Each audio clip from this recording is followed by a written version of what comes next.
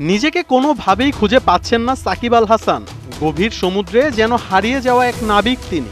বিশ্বকাপের ব্যর্থতার 16 কলা যেন পূরণ করছেন মেজর লিগ ক্রিকেটে।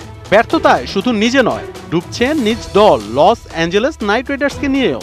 নিজের তৃতীয় ম্যাচে সিয়াটলের কাছে তার দল হেরে যায় 9 উইকেটে।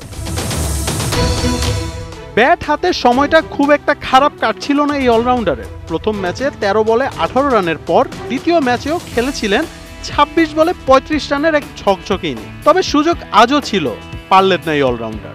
হারমিত সিং এর ফুলটসে কাটা পড়েন মাত্র 7 রানে। সাকিব ক্রিজে আসেন 4 নম্বরে, তার হাতে ছিল পাক্কা 10 ওভার।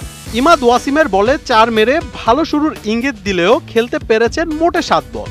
দলের সবচেয়ে প্রয়োজনীয় সময়টাতে তিনি ডুবেছেন ব্যর্থতায়। আউট হয়েছেন ইনিংসের সবচেয়ে বাজে বলটায়। বল হাতে বরাবরই ব্যর্থ বাংলার পোস্টার বয়, যার ফল ভোগ করেছেন এই ম্যাচের কাপ্তানিতেও। গত 2 ম্যাচে পাওয়ার প্লেতে বোলিং করলেও এই ম্যাচে আসেন ইনিংসের 9ম ওভারে। প্রথম ওভারে 8 রান দিলেও দ্বিতীয় ওভারে রান দিয়েছেন হাত খুলে। রিকেলটনে টানা 2 ছক্কায় রান দেন 15। 2 ওভারে 23 রান দেয়া সাকিবকে আর বোলিংই আনেননি কাপ্তান সুনীল নারাইন। 3 ম্যাচের একটিতেও বোলিং কোটা পূরণ করতে পারেননি মিস্টার অলরাউন্ডার। বিশ্ব ক্রিকেটের নিজের নাম খোদাই করে লেখা সাকিব যেন আজ দিশেহারা এক পথিক। অনেকেই হয়তো দেখে ফেলেছেন সাকিবের শেষ। তবে কি তাই সঠিক, নাকি সাকিব আবার পড়বেন তার বীরের বেশ?